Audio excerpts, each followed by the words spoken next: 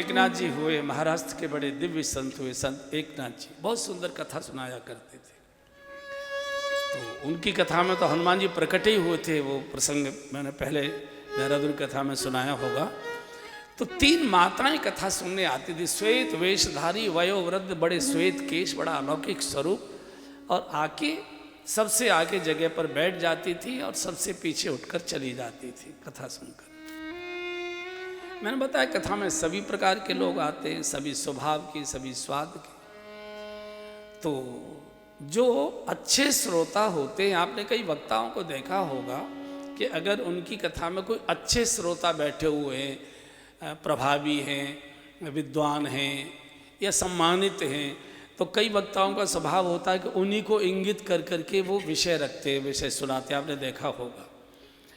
तो एकनाथ जी उन 3 माताओं को ही इंगित कर करके वो कथा सुनाया करते थे। बाकी श्रोता तो सुनते ही थे, लेकिन विशेषकर वो माताओं के ध्यान ज़्यादा देते थे। तो उसमें 3-4 शैतान भी आते थे सुने, मैंने बताया ना सभी स्वाद के लोग आते। तो उनको लगा कि बाबा का और इनका कुछ न कुछ है, चूंकि बाबा बार बार इन्हीं की ओर ध्यान देकर सुना रहे हैं। ऐसा कहाँ की है, कौन है ये, किस मोहल्ले की है, किस घर की है, पता लगाते हैं। कथा पूरी हुई, जनता अपने रास्ते गई, वो माताएं उठी और चली। चलते चलते चलते चलते चलते चलते वो जंगल में प्रवेश कर गए। ये दूर लड़के 3-4 और ये पीछे पीछे देख रहे हैं कि जाति कहाँ है। जब जंगल की ओर गई तो इनको शक हो गया कि इन्होंने हमारी बात ताड़ ली, अब ये घर नहीं जाएंगी, घर तो ये देर से जाएंगी, केवल जंगल में घूमने के बहाने से हमसे बचना चाहती। तो ये भी जंगल में पीछा करने लगे और चलते चलते तीनों ने गोदावरी जी में प्रवेश कर दिया। तो अंदर चली गई और डुबकी लगा ली। तब तो इन लड़कों को पक्का हो गया कि इनको पता लग गया कि इनकी बाबा की जो भी है वो हमको जानकारी हो गई और हम बदनामी कर सकते हैं। तो इन्होंने तीनों ने अरे राम राम आत्महत्या कर ली। बड़ी ग्लानि हुई। संत के पीछे चले तो ग्लानि तो स्वाभाविक थी, पाप के कारण से ग्लानि हुई, लेकिन बड़े घबराए अगले दिन फिर कथा में आए ये देखने के लिए कि आज चर्चा क्या होती है। चूँकि वो तो तीनों आएंगी नहीं, तो कुछ न कुछ खुसर पुसर चर्चा होगी कि वो माताएं कहाँ हैं, माताएं कहाँ हैं, ये कहाँ है। तो वो जब तीनों डरते डरते आए, देखा तो तीनों माताएं आगे बैठी हुई हैं। अब तो इनको तो पसीना आ गया, ये क्या हो रहा है। हमने अपनी आंखों से गोदावरी जी में डुबकी लगाते देखा और 1, 2, 3 घंटे हम वहाँ बैठे रहे प्रतीक्षा करते कि कभी न कभी तो लाश ऊपर निकलेगी। पानी में डुबाने के बाद लाश कई बार ऊपर आ जाया करती है। तो ये तो आई नहीं और ये तो यहाँ बैठी हैं। कथा वथा में तो उनका मन लगा नहीं, बस वो यही प्रतीक्षा करते हैं बाबा बोलना कब बंद करे, माइक कब बंद इसका हो और कब हम माताओं से जाके पूछें। कथा 3 घंटे बाद पूरी हुई, विसर्जित हुई।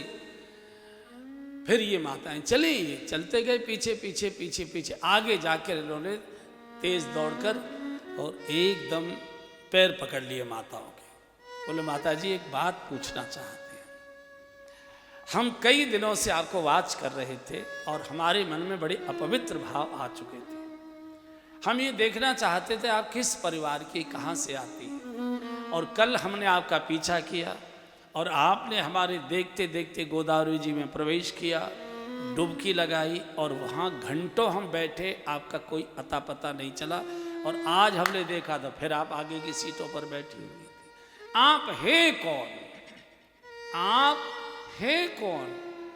तीनों ने कहा कि मैं गंगा हूँ, ये गोदावरी है, ये नर्मदा है। हम तीनों बहनें हैं। हमारे गोद में आकर जीव स्नान के बहाने अपने पाप छोड़कर चला जाता है।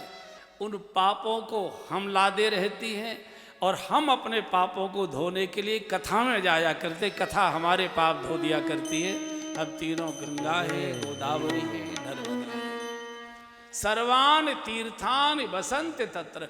बुरे से बुरा आदमी भी कथा में आ जाता है, वो भी कुछ न कुछ धिक्कारता है अपने मन को, मैं कहाँ जीवन डुबा रहा था, मुझे तो यहाँ पहले आना चाहिए था। और बहुत से लोग हैं हम जानते भी हैं, बहुत से मिलते भी हैं, हम देश भर की यात्राएं पिछले 30-35 सालों से कर रहे हैं। कितने लोग ऐसे हैं, उनकी पत्नियां लेकर आती हैं, महाराज जी ये देखिए शादी के बाद ये बिल्कुल राक्षस थे, आपकी कथा के बाद अब ये देवता हो गए। ऐसे कितने उदाहरण हैं। तो कथा ये भीतर के मन के मैल को धोती है। इसमें मैल धोने के लिए देवता आते हैं, सरस्वती आती, तीर्थ आते, सर्वान तीर्थान बसन, मोक्ष की आत्मा जीवन मोक्त होने जेऊ, जीवन मोक्त मोने जेऊ, जीवन मोक्त महा मोने जेऊ, जीवन मोक्त महा मोने जेऊ, हरि गुण सुनहि निरंतर देऊ, हरि गुण सुनहि निरंतर देऊ। मोक्ष की आत्माएं, अशरीरी आत्माएं, हर गुण सुनाई निरंतर तेऊ। जहां जहां कथा होती है, जहां जहां हमारे हनुमान जी तो बावले ही हो जाते हैं।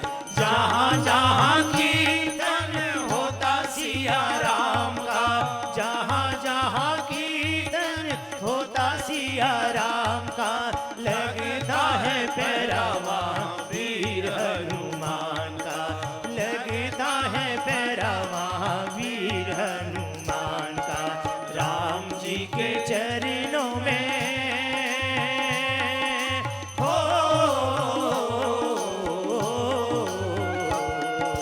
राम जी के चरणों में इनका ठिकाना।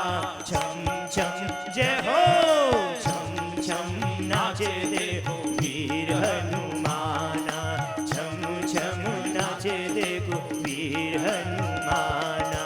कहते हैं लोग इसे हो,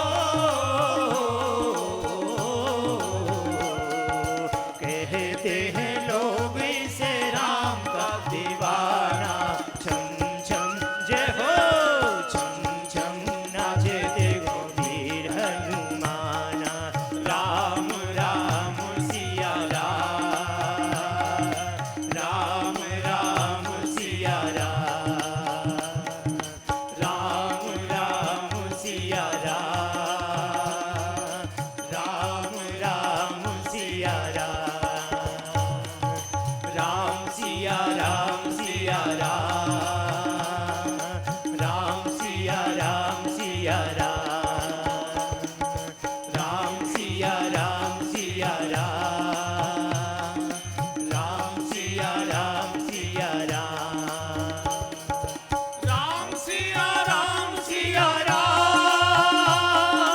राम सिया राम सिया राम, राम सिया राम सिया राम, राम सिया राम सिया राम,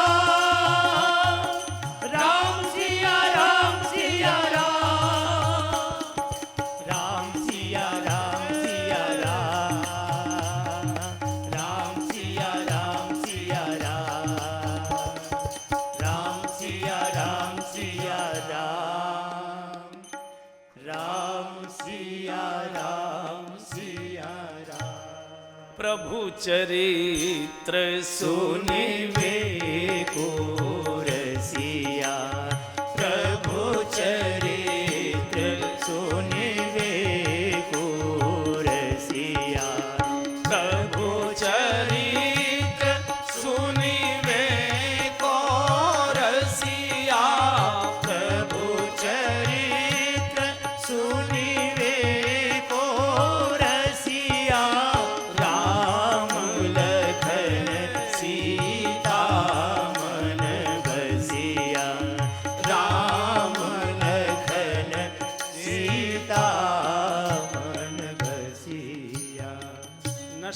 हनुमान जी को कथा सुनने का।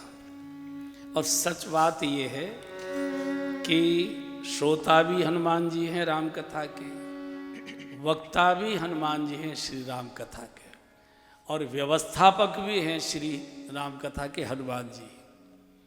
श्रोता तो मैंने सुनाई दिया, प्रभु चरित्र सुनवे के रसिया, राम लखन सीता मन बसिया। कोढ़ी का रूप बनाकर गोस्वामी जी की कथा में बैठा करते थे सबसे पीछे। तो एक बार एक भूत का उद्धार किया था गोस्वामी जी ने काशी में।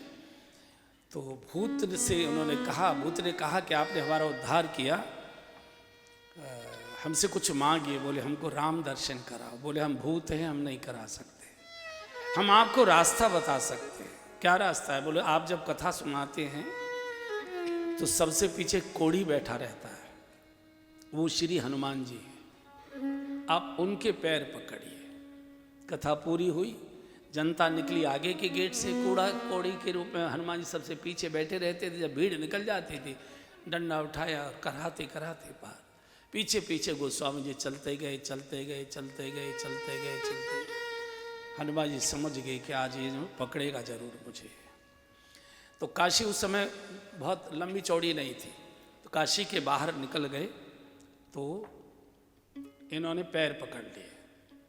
अरे क्या करते हो महाराज, आप इतने बड़े व्यास हैं, कथा कहते हैं, और कौड़ी ये मवादों से भरे उसे मैंने। बोले मैं छोड़ूंगा ही नहीं।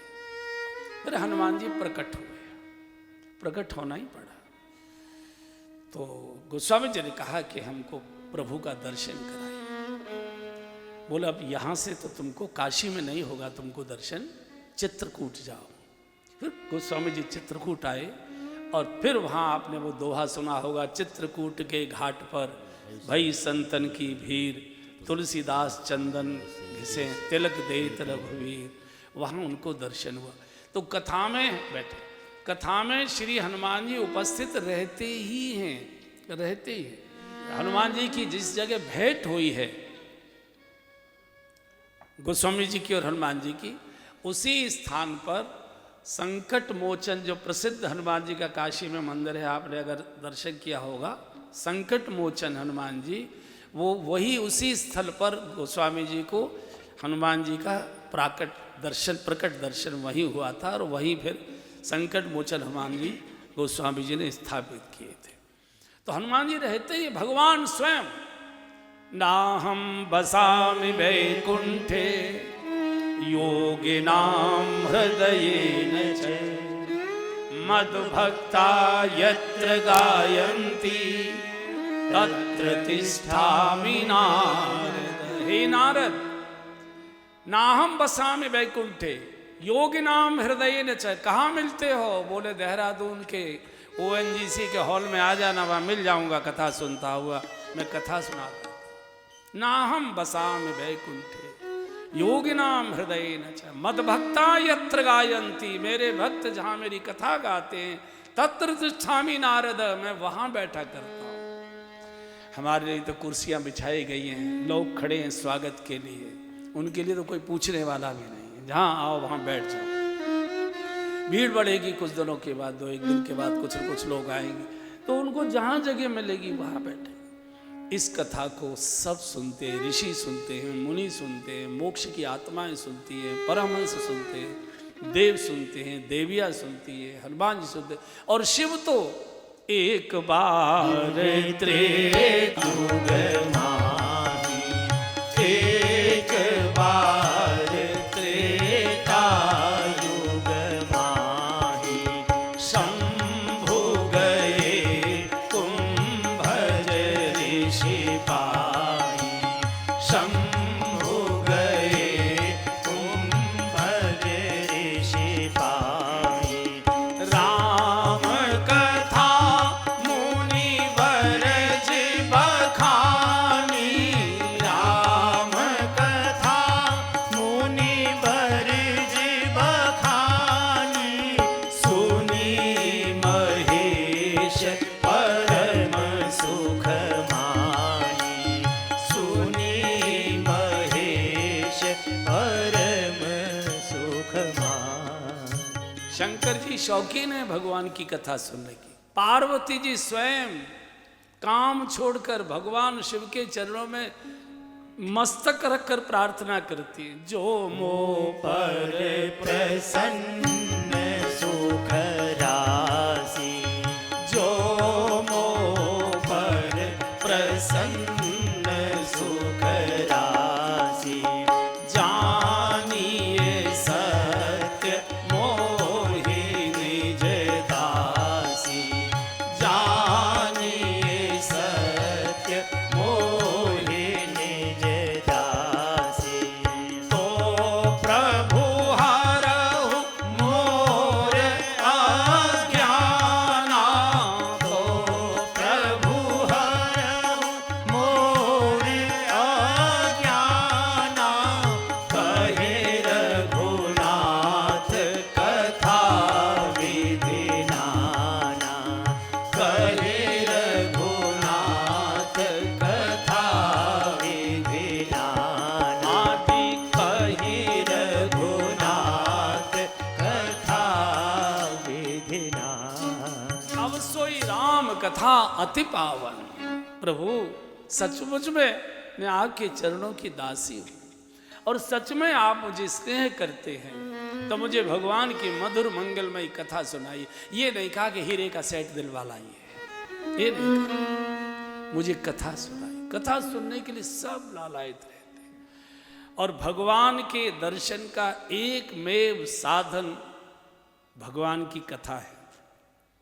जिसको भी हुआ है, अभी मैंने सुनाया आपको, गोस्वामी जी को हुआ कथा में ही हुआ, एकनाथ जी को हुआ है कथा में ही हुआ, सबको कथा में ही हुआ है, कथा में ही होता है। और जिनको भी होना है कथा में ही होगा, कथा से ही होगा, कोई दूसरा और साधन। यही कलिकाल साधन दूजा, जोग यज्ञ जप तप व्रत पूजा। क्या करें? ले राम ही सुमीरिए गाइए राम ही, संतत सुनिए राम गुण गावई,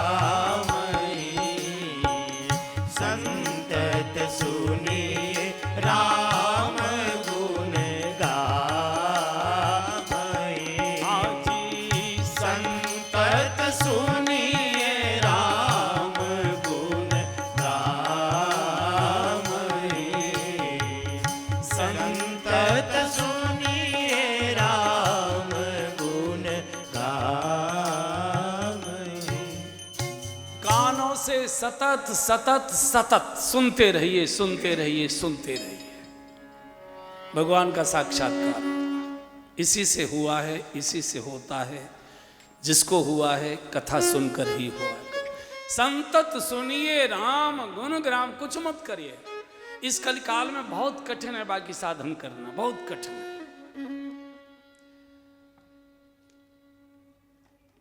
सबसे बड़े उदाहरण इसके विभीषण है। विभीषण भगवान के पास आ गए। भगवान ने कहा विभीषण मेरे पास आना इतना सरल नहीं है। कैसे आ गए? बोले आपकी कथा सुनकर आए। कथा? श्रवण सुयश सुनिया, आपकी कथा सुनकर आए। कथा कहाँ? देहरादून गए थे? क्या? बोले नहीं, घर पर ही सुनी थी। घर पर कौन सुनाने आ गया? विजय कौशल जी? बोले नहीं, उनका तो प्रवेश ही नहीं हो सकता मेरे घर में। फिर किसने सुनाई? बोले श्री हनुमान जी ने। तब हनुमंत कही सब राम कथा निज नाम। मान लिया, कथा सुनी। ये बताओ यहां तक कैसे आए, पहुंचे कैसे? विभीषण ने कहा भगवान, हनुमान जी ने आपकी इतनी सुंदर कथा सुनाई, इतनी सुंदर कथा सुनाई कि कथा सुनते सुनते मेरे मन में ये लालसा पैदा होने लगी कि जिनकी कथा इतनी सुंदर है वो कितना सुंदर होगा। जरा चलकर एक बार उसका भी दर्शन करें, जिसकी कथा इतनी सुंदर। आप देखिए, किसी की कोई तारीफ करता है तो आपका मन करता है हम भी कभी मिलेंगे। ऐसा होता है ना? किसी की अगर प्रशंसा होती है तो बोलते तो नहीं, मन में रहता है कि कभी हम भी मिलेंगे।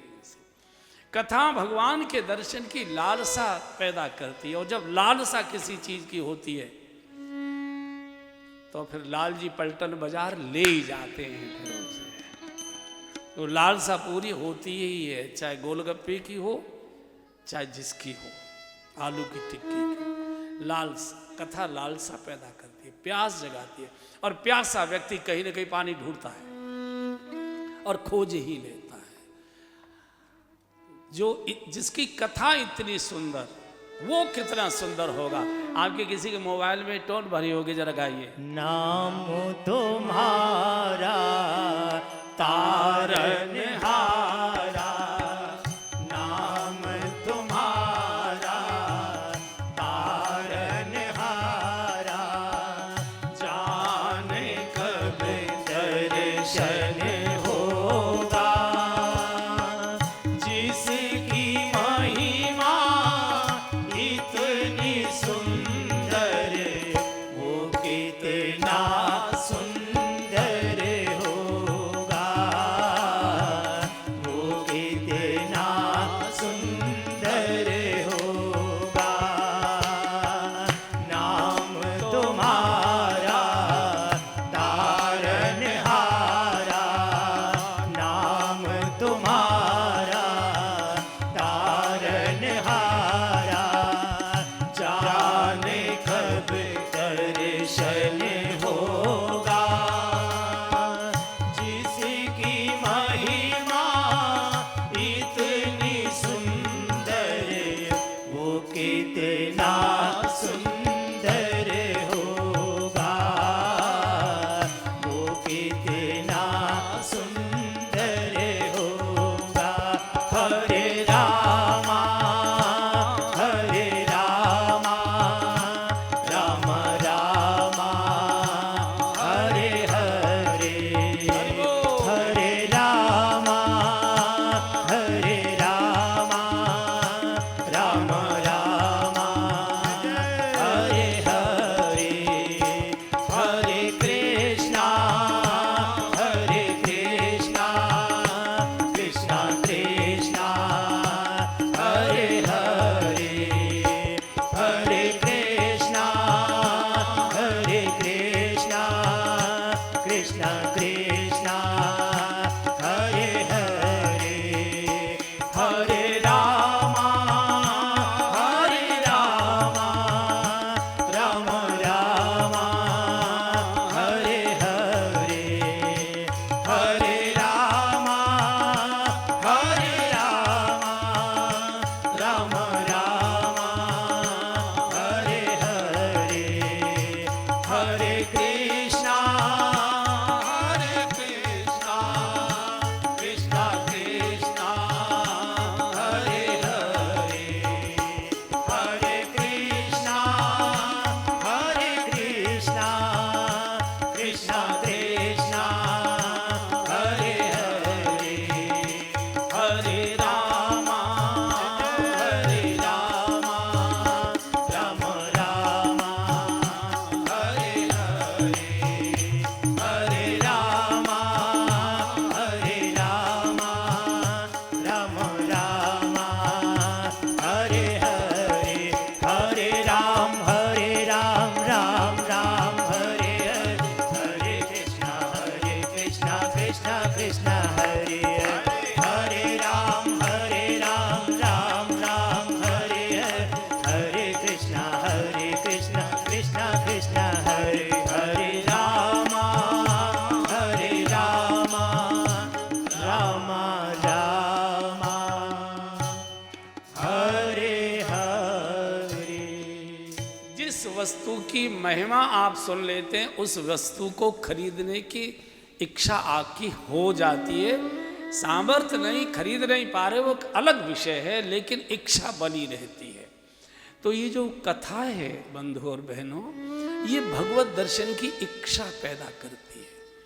और इस जन्म में मान लो नहीं हुआ, ये इच्छा आपके साथ जाएगी। इस इच्छा को लेकर जब हम शरीर छोड़ेंगे तो अगले जन्म में वो इच्छा को जरूर खाद पानी मिलता है। बीज मरता नहीं है, भक्त बीज उल्टे नहीं, जो जुग जियो अनंत। बीज मरता नहीं है, वो पड़े रहते हैं। शुभ के भी बीज और अशुभ के भी बीज हमारे अंतःकरण में पड़े रहते हैं। आपने देखा होगा बहुत अच्छा जीवन जीने वाले बहुत श्रेष्ठ पुरुष, बहुत अच्छे भले लोग भी बुढ़ापे में आके फिसल जाते करते हैं, कहीं ना कहीं ठोकर लग जाते, कहीं ना कहीं गिर जाते। कारण कोई ना कोई अशुभ बीज था, उसको अनुकूल मौसम आ गया, बीज फूट कर बाहर आ गया। अभी वर्षा काल गया है, आपने देखा होगा कि सड़कों के किनारे निरे प्रकार के पौधे निकले आए। किसने बोए?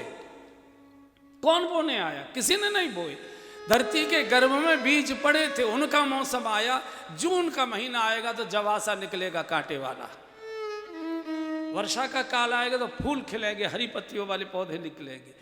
तो दोनों प्रकार के बीज हमारे अंतःकरण में रहते हैं। जब जिसका मौसम आए वही फलित हो जाया करता है, वही फलित हो जाया करता है। कई लोग देखे ना, कई बार कुछ खाने पीने की आदतें पड़ गई, लेकिन डॉक्टर ने मना किया है, सत्संग का प्रभाव हुआ, जो भी कोई कारण हुआ होगा, रुक गया, 20 साल से वो चीज़ हुई भी नहीं। फिर किसी ऐसे दोस्तों की शादी में चले गए, उन्होंने जो कहा अरे भाई बहुत दिनों से छोड़े हो यार, जिद मत करो। तो वो बीज पड़ा था, अनुकूल मौसम आ गया। वैसे तो पिता ने यार तुम्हारे मन रखने के लिए घूंट लेना पड़ा, नहीं नहीं, उसका मन नहीं रखा जा रहा है, बीज में खाद पानी लग गया है, बीज में खाद पानी लग। तो शुभ के बीज फलित हों, पुष्पित हों, अंकुरित हों, इसके लिए इसमें कथा की खाद डालते रहना चाहिए, ताकि शुभ का बीज उगाए और अशुभ के बीज दबे रहे। मरते कभी नहीं है, मरते कभी नहीं है। जब जब जन्म लोगे, हो सकता है मोक्ष हो जाए, वो तो एक अलग विषय, लेकिन जब जब जन्म लेंगे दोनों बीज आते हैं, जिसका मौसम आता है वही प्रकट हो जाया करता है। तो ये कथा भगवत साक्षात्कार का बीजारोपण हमारे मन में कर देती। क्यों सुने? इसलिए सुने कि आपको प्रमोद जी ने बुलाया है, इसलिए भी सुने कि हम आपको सुनाने आए हैं, इसलिए नहीं, इसलिए सुने कि सुनकर ही बेड़ा पार होगा। कोई दूसरा इस कलकाल में बेड़ा पार करेगा कोई साधन नहीं।